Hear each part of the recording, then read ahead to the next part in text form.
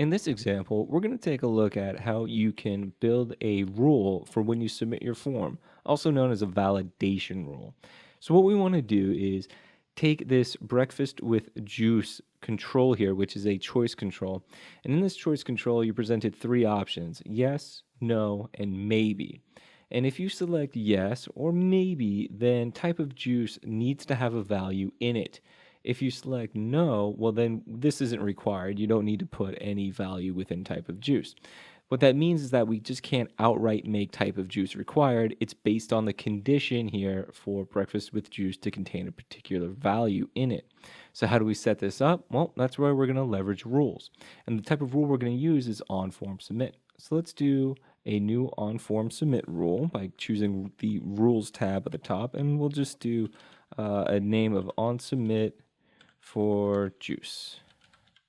And you can use whatever naming convention you want. From here, we'll say if breakfast with juice equals yes, then we'll choose this plus button over here, which is a and operator, which means we need an additional condition to occur. What we also look for here is if type of juice is empty. So that means that I've chosen yes for the breakfast with juice selection, and type of juice does not have a value in it, so it's empty. What I also need to do is add an or condition to see if breakfast with juice equals maybe. So I'll choose that plus here, which now becomes an or. So it's either this or this have to become true for this validation error to occur.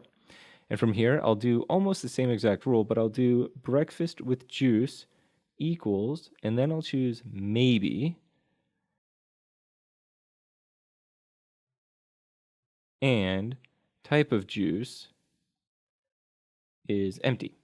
So it almost looks the same here, but what we're doing is we're making sure that both of these conditions to the rule, then type of juice, and we'll have a show validation error, which will be please enter type of juice.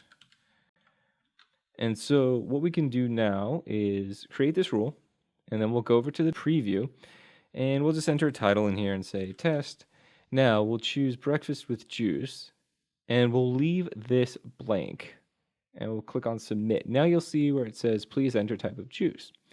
If I choose maybe, I click submit, same thing. And you'll also notice that there's this red outline around the control that we applied the rule against too.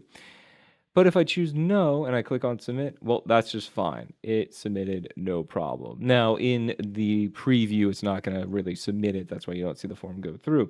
But once again, if I chose yes and I choose submit again, then we'll get our validation error. So we're able to build conditional validation on form submit by using the rules engine in Nintex Forms for Office 365.